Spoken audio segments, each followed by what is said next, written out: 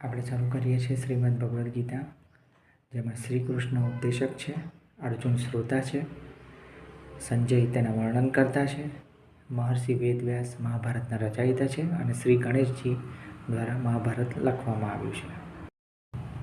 શ્રીમદ્ ભગવદ્ ગીતાના 18 અધ્યાય છે. 1. અર્જુન વિષાદ યોગ. 2. સાંખ્ય યોગ. 3. કર્મયોગ. 4. જ્ઞાન કર્મ સંન્યાસ યોગ. 5. કર્મ સંન્યાસ યોગ. 6. આત્મસંયમ યોગ. 7. જ્ઞાન વિજ્ઞાન યોગ. 8. અક્ષર બ્રહ્મ યોગ. 9. રાજવિદ્યા રાજગૃહ્ય યોગ. 10. વિભૂતિ યોગ. 11. વિશ્વરૂપ દર્શન યોગ. 12. ભક્તિ યોગ. 13. ક્ષેત્રજ્ઞ વિભાગ યોગ. 14. ગુણોત્રય વિભાગ યોગ. 15. પુરુષોત્તમ યોગ. 16. દૈવાસુર સંપદ વિભાગ યોગ. 17. શ્રદ્ધાત્રય વિભાગ યોગ અને 18 છે મોક્ષ સંન્યાસ યોગ.